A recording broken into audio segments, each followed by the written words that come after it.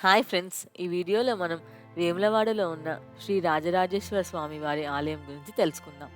వేములవాడ దక్షిణ కాశీగా పిలువబడుతున్న తెలంగాణ రాష్ట్రంలో రాజన్న జిల్లాలోని ఒక పుణ్యక్షేత్రం.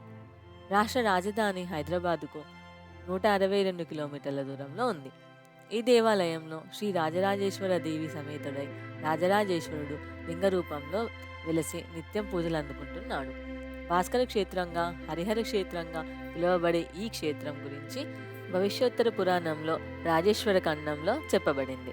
అర్జునుడి మునిమనవడైన నరేంద్రుడు ఒక ఋషిని చంపడం వల్ల కలిగిన బ్రహ్మహత్య పాతకాన్ని వదిలించుకోవడానికి దేశాటన చేస్తూ ఇక్కడికి చేరుకున్నాడు. ఇక్కడి ధర్మగుండంలో స్నానం చేసి జపం చేస్తున్న నరేంద్రుడికి కొలనులో శివలింగం దొరికింది. కొలనులో దొరికిన శివలింగాన్ని పక్కన శివలింగాన్ని ప్రతిష్ఠించి పూజించిన నరేంద్రుడికి శివుడు ప్రత్యక్షమై బ్రహ్మహత్య పాతకం నుంచి విముక్తి కలిగించాడు. ఆ శివలింగమే ఇప్పుడు మూల విరాట్గా స్థల పురాణంలో ఉంది.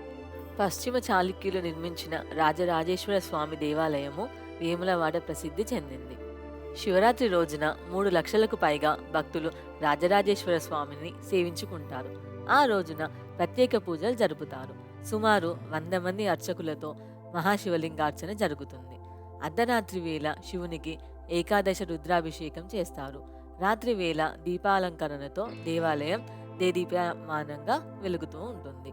భక్తులకు ప్రత్యేక సౌకర్యాలు ఏర్పాటు చేస్తారు. అనేక సాంస్కృతిక కార్యక్రమాలు జరుపుతాయి. విద్యార్థులకు ఉచిత వసతి, భోజన ఏర్పాట్లు చేస్తారు. ఇంకా ఈ దేవాలయం ఇతర చిన్న ఆలయాలకు దాన ధర్మాలు చేస్తుంది.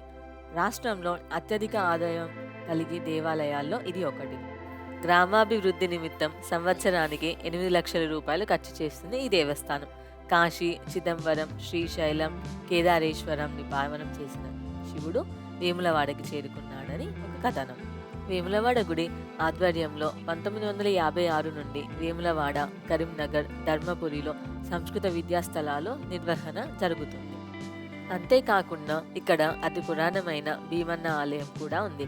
ఈ ఆలయంలో భక్తులు తమ జాతకంలో శని దోషాలు నిర్వహణకు శని పూజలు జరుపుతారు. అలాగే ఈ భీమన్న ఆలయం సమీపంలో పోచమ్మ ఆలయం కూడా ఉంది. ఈ ఆలయంలో భక్తులు తమ మొక్కుబడులను చెల్లించుకుంటారు.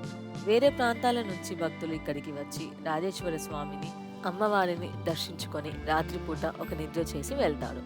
అలా చేయడం వల్ల తమకు ఉన్న దోషాలు తొలగిపోతాయని వారి నమ్మకం. అందుకు గాను ప్రభుత్వ వసతి గృహాలు ఇక్కడ ఉన్నాయి. ప్రైవేట్ వసతి గృహాలు కూడా ఇక్కడ మనం చూడవచ్చు. ఈ వీడియో మీకు నచ్చినట్లయితే వీడియోకి లైక్ చేసి మా ఛానల్ని సబ్స్క్రైబ్ చేసుకోండి. ఈ వీడియో ఇక్కడి వరకు చూసినందుకు అందరికీ ధన్యవాదాలు.